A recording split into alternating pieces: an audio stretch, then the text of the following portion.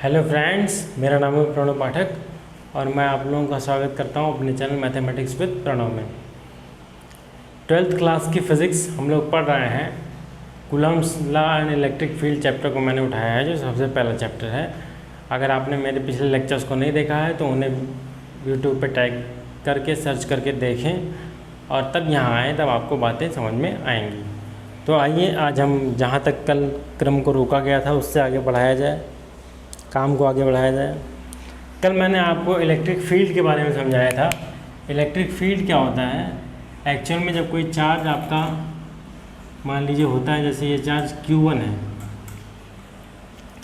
तो इसके कारण वो रीजन जहाँ तक इसके इलेक्ट्रिक इफेक्ट को हम एक्सपीरियंस कर सकते हैं, या यूँ कहें कि इसके इलेक्ट्रिक इफेक्ट को हम फील कर सकते हैं, अनुभव कर सकते हैं, उस तरह वहाँ तक के रीजन को इस चार्ज का इलेक्ट्रिक फील्ड कहा जाता है।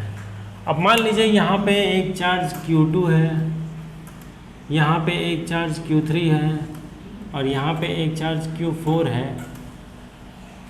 तो अब इन सब के कारण इस पर निकालना है इलेक्ट्रिक फील्ड। तो कैसे निकालेंगे? इन दोनों को लाइन से मिला देंगे और इनका वेक्टर सम ले लेंगे। अगर इसके कारण E = आएगा आपका E2 + E3 + E4। E1 पर लगने वाले जो फोर्स हैं वो E2, E3, E4 सबका वेक्टर सम करने के बाद जो आपका फोर्स आएगा, जो आपकी इलेक्ट्रिक फील्ड आएगी, वो इस सॉरी सर मैं कुछ गड़बड़ कर रहा हूँ।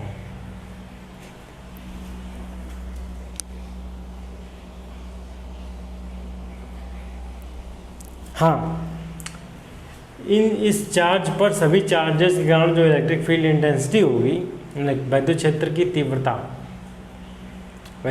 तीव्रता यानी इलेक्ट्रिक फील्ड इंटेंसिटी जो होगी वो कैसे होगी? वो इन सभी इलेक्ट्रिक चार्जेस के वेक्टर इलेक्ट्रिक फील्ड के वेक्टर सम के इक्वल होगी, क्योंकि आप जानते हैं कि इलेक्ट्रिक फील्ड एक वेक्टर क्वांटिटी होती है। ये सुपरपोजिशन प्रिंसिपल है। ओके, बहुत ही सिंपल बात है, सवालों में काम आती है, इसलिए मैंने आपको समझा दिया। अब आइए देखते हैं intensity of A electric field on a uniform charge ring. ये एक रिंग है, मान लीजिए ये एक सर्कुलर रिंग है। यहाँ पे इसकी एक्सिस है कुछ इस तरह, इसकी रेडियस है RA, ये डिस्टेंस है x, और इसको अगर मिला दिया जाए तो ये डिस्टेंस है R। अब ध्यान दीजिए ये O है और ये पॉइंट P है। इस पॉइंट P पर इस रिंग के कारण इलेक्ट्रिक फील्ड निकालना है, जबकि इस पर इलेक्ट्रिक चार्ज जो है वो एक समान रूप से यूनिफॉर्मली डिस्ट्रीब्यूटेड है। कैसे डिस्ट्रीब्यूटेड है? यूनिफॉर्मली डिस्ट्रीब्यूटेड है। तो फिर इसके कारण आपको electric field intensity at this point find out करनी है। इस पॉइंट P पर इस सर्कुलर रिंग के कारण कितना इलेक्ट्रिक फील्ड होगा वो हमें कैलकुलेट करके बताना है। तो इसे ध्यान से समझने की कोशिश करिएगा। अगर ये आपके सेंटर से x डिस्टेंस पर है और इस सर्कुलर रिंग की रेडियस a है, कितनी है? a है ये, और यहाँ से इन दोनों बिंदुओं के बीच की डिस्टेंस r है, और ये एंगल अगर थीटा मान लिया जाए तो आइए देखते हैं हमें क्या क्या करना पड़ेगा, कैसे हम कैलकुलेट करेंगे इस इलेक्ट्रिक फील्ड इंटेंसिटी को। सबसे पहले यहाँ पर एक छोटा सा एलिमेंट हमने लिया, वो है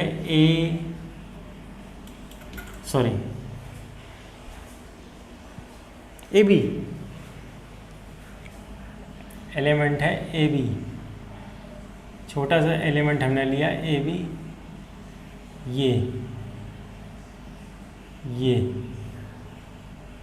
एलिमेंट हमने लिया ए बी, जिस पर डी क्यू चार्ज है। अगर इस पूरी रिंग पर चार्ज क्यू है, पूरी रिंग पर प्लस क्यू चार्ज है, तो ये छोटा सा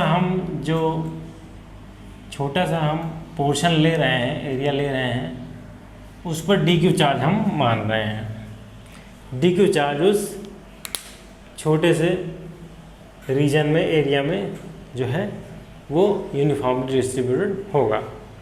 अब ध्यान दीजिए, ये यहाँ पर हम अगर टेस्ट चार्ज रख दें तो इस रीजन के कारण, इस एरिया के कारण यहाँ पर इलेक्ट्रिक फील्ड इंटेंसिटी कुछ इस तरह होगी, ऐसे आएगी और इस तरह जाएगी। ये होगी डी ई। कितनी होगी? D E.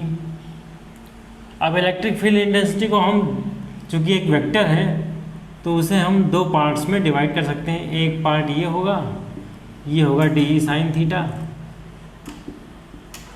और इससे थीटा एंगल पर, इससे थीटा एंगल पर, यानी कि ये एंगल अगर थीटा है, ये होगा डी ई कॉस थीटा। बोलिए समझ में आया है या नहीं? बात आपको समझ में आ रही है या नहीं? ये जो चार्ज, जो छोटा सा हमने एलिमेंट लिया है ए बी, इस एलिमेंट के कारण इस पॉइंट पर इलेक्ट्रिक फील्ड इंटेंसिटी डी होगी। इस चार्ज के कारण इलेक्ट्रिक फील्ड इंटेंसिटी डी होगी, और इस इलेक्ट्रिक फील्ड इंटेंसिटी को हम दो पार्ट्स में, दो कंपोनेंट्स में तोड़ सकते हैं। एक अलोंग द एक्सिस और एक परपेंडिकुलर द एक्सिस। ये एंगल थीटा है तो ये डी कॉस थीटा और ये D sine theta. Okay, I hope so इतनी बातें आपको समझ में आ गई होंगी। अब ध्यान दीजिए, जितना बड़ा एलिमेंट ये है उतना ही बड़ा एक एलिमेंट नीचे भी लाई करेगा, क्योंकि सर्कुलर रिंग है। और ये एलिमेंट अगर ए डैश बी डैश है तो इस पर भी चार्ज डी क्यू ही होगा, इस पर भी जो आपका चार्ज है वो डी क्यू ही होगा, और ये एक दूसरे के बराबर होगी, क्योंकि सर्कुलर रिंग जो है वो एक समान है, यूनिफॉर्म है सब जगह। ये मैंने मुझसे टेढ़ा बन गया है, जबकि ऐसा नहीं। जैसे अंगूठी होती है, उसके अंदर आप देखें तो सर्कुलर जो होती है, सर्किल जो होती है, वो पूरा सर्किल फॉर्म होता है। तो इतना ही इंटेंसिटी का इतना ही बड़ा एलिमेंट एक यहाँ पर भी होगा, और इसके कारण भी इस पर इलेक्ट्रिक फील्ड कुछ इस तरह होगा, और ये होगा, ये भी होगा डी, और इसे भी हम दो कंपोनेंट में डिवाइड कर सकते हैं। पहला कंपोनेंट है डी साइन थीटा, और दूसरा on axis D cos theta. ये होगा। आई होप सो बातें आपको समझ में आ रही होंगी। जितना बड़ा एलिमेंट ये है उतना ही बड़ा एलिमेंट इसके जस्ट नीचे लाई करेगा, उस पर भी चार्ज डी क्यू होगा, क्योंकि चार्ज यूनिफॉर्मली डिस्ट्रीब्यूटेड है। तो चार्ज इस पर अगर यहाँ डी क्यू है तो यहाँ भी डी क्यू होगा, और इसके कारण ये डिस्टेंस उतनी ही होगी जितनी डिस्टेंस ये है, ये डिस्टेंस आर होगी। तो आर डिस्टेंस पर ये electric field intensity D cos theta, और ये एंगल थीटा है तो ये एंगल भी थीटा हो जाएगा। तो इस तरह से अब इसको भी दो कंपोनेंट में तोड़ दिया, तो ये डी कॉस थीटा और ये D sine theta. Okay, I hope so इतनी बातें आपको समझ में आ रही होंगी। ये एक सर्कुलर रिंग है, मैंने एक एलिमेंट काटा, इस एलिमेंट के कारण यहाँ पे इलेक्ट्रिक फील्ड इंटेंसिटी इस तरह होगी, और उसके अपोज में इलेक्ट्रिक फील्ड इंटेंसिटी इस तरह होगी। इलेक्ट्रिक फील्ड इंटेंसिटी को हमने जो है कंपोनेंट्स में डिवाइड कर दिया। अब ये डी साइन थीटा और ये डी साइन थीटा कैसे हैं? एक दूसरे के रिवर्स हैं, तो एक दूसरे को कैंसिल कर देंगे, जबकि ये डी कॉस थीटा और ये डी कॉस थीटा एक ही डायरेक्शन में है तो जुड़ जाएंगे। इसलिए जो आपका इलेक्ट्रिक फील्ड इंटेंसिटी निकल के आएगा डी ई, जिससे डी ई क्या निकल के आएगा इस पॉइंट पर 1/4 पाई एप्सिलॉन 0 के into D Q by dq/r²। R ये है। अब चूंकि डी साइन थीटा कैंसिल हो जाएगा और डी कॉस थीटा जुड़ जाएगा, तो डी कॉस थीटा इक्वल कितने होगा, ये होगा 1/4πε0 इंटू के dq/r² इंटू कॉस थीटा, ये हो जाएगा। अब टोटल निकालना है इलेक्ट्रिक फील्ड इंटेंसिटी, तो इंटीग्रेशन यानी कि total E is equal to integration D cos theta, integrate कर दीजिए, ये हो जाएगा 1/4πε0 इंटू के dq/r² इंटू कॉस थीटा। बाकी सब बाहर आ जाएगा, डी यू कॉन्स्टेंट है, वेरिएबल है, तो उसका इंटीग्रेशन हो जाएगा, तो ये हो जाएगा 1/4πε0 into K into q/r² into cos theta की वैल्यू अब आप रख दीजिए। कॉस थीटा की वैल्यू इस ट्रिंगल से होगी, इस बड़े वाले ट्रिंगल से, x/r, यानी कि ये हो गई 1/4πε0 इंटू के इंटू qx/r³। अब r की वैल्यू इस पाइथागोरस थ्योरम से, इस ट्रिंगल से निकाल लेंगे हम, तो r की वैल्यू आएगी आपकी E is equal to 1/4πε0 into K into qx/a² plus x² की power 3/2। That is your desired electric field intensity on that point. इस पॉइंट पर फाइंड करने वाली जो इलेक्ट्रिक फील्ड इंटेंसिटी हमको फाइंड करनी थी वो हमने निकाल ली, और वो कितनी आई, इतने के बराबर। ओके, आई होप सो बात आपको समझ में आई होगी क्लियरली। इसे समझाने में मुझे बहुत मशक्क़त भी लगी, और आपकी समझ में आई होप सो कि ये आ गई होगी बात कि इसके काम में इलेक्ट्रिक फील्ड इंटेंसिटी क्या हुई। अब एट द सेंटर अगर हमें इलेक्ट्रिक फील्ड इंटेंसिटी निकालनी है तो हम क्या करेंगे, at the centre electric field intensity, at the centre के लिए A0 होगा, A0 होगा, तो E इक्वल टू क्या होगा, 1/, यहाँ पे लिख दीजिए at centre, 1/4πε0 into K into qx/x² की पावर 3/2, या ये हो जाएगा 1/4πε0 इंटू के इंटू qx/x³, और यहाँ से कैंसिल आउट हो गई, ये बचेगा 1/4πε0 इंटू के इंटू qx²। ये ऑन सेंटर है आपकी इलेक्ट्रिक फील्ड इंटेंसिटी इस सर्कुलर रिंग के कारण। ओके, इसके बाद अगला पॉइंट क्या है,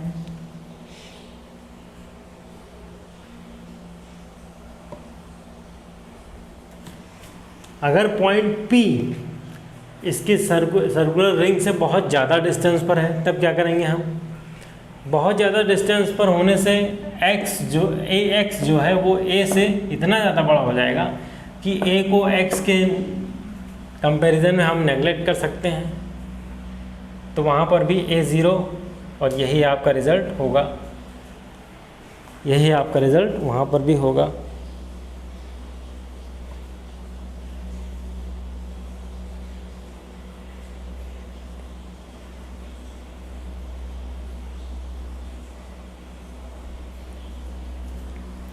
एक मिस्टेक हो रही है, एट सेंटर A नहीं 0 होगा, x 0 होगा,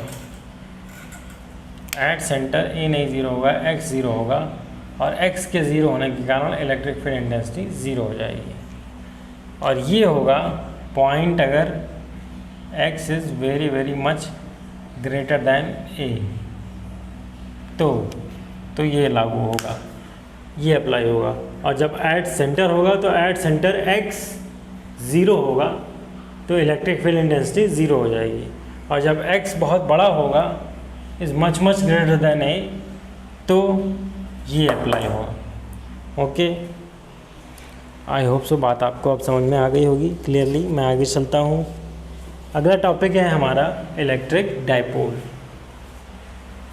अगला टॉपिक इलेक्ट्रिक डाइपोल है। आइए समझने चलते हैं इलेक्ट्रिक डाइपोल क्या होता है। आप इसे बैक जाके फिर से एक बार समझ सकते हैं। अच्छा कॉन्सेप्ट है ये, इस पर सवाल भी बनते हैं बोर्ड में आपके, तो आप इसे अच्छी तरह तैयार करें। इलेक्ट्रिक डाइपोल क्या होता है, आइए इसे समझते हैं।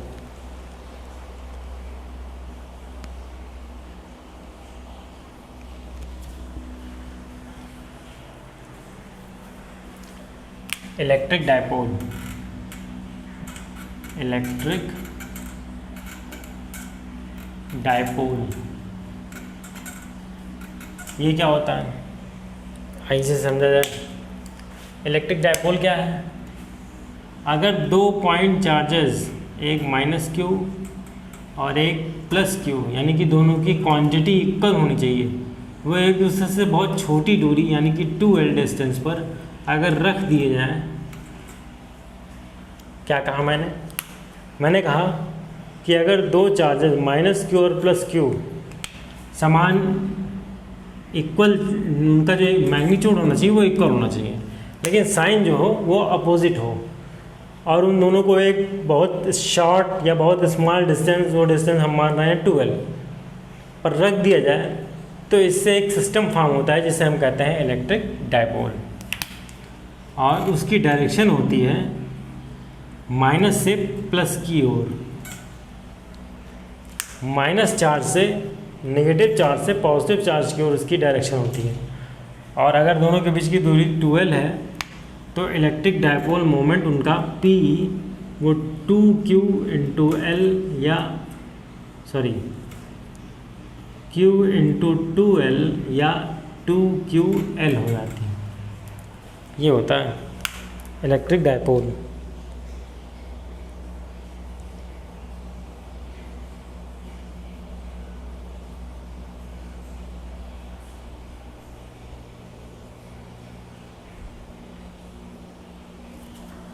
ये एक वेक्टर क्वांटिटी है, इसलिए इसकी डायरेक्शन नेगेटिव से पॉजिटिव डायरेक्शन, पॉजिटिव चार्ज की ओर होती है। और electric dipole moment P 2ql के इक्वल होता है। और इसके कुछ एग्जांपल जैसे hydrochloric acid HCl, HBr, CH4 यानी कि methane, hydrogen chloride, hydrogen bromide, methane, ये सब जो होते हैं ये इनमें इलेक्ट्रिक डाइपोल फॉर्म होता है।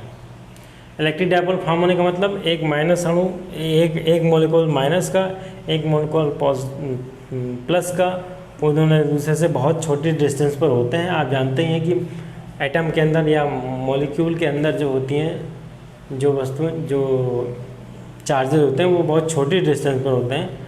इस तरह से इलेक्ट्रिक डाइपोल वहाँ पे फॉर्म हो जाता है। इलेक्ट्रिक डाइपोल जो होता है ये बहुत छोटे डिस्टेंस के लिए ये फॉर्म होता है, बहुत बड़ी डिस्टेंस से इससे मतलब नहीं होता है। इसीलिए जो है हम इसे बहुत छोटी डिस्टेंस के लिए ही यूज़ करते हैं। और इसकी डायरेक्शन माइनस चार्ज से प्लस चार्ज की ओर होती है। आई होप सो बात आपको समझ में आ गई होगी। तो गाइज़ आज के लिए इतना ही, मिलते हैं कल, तब तक के लिए गुड नाइट।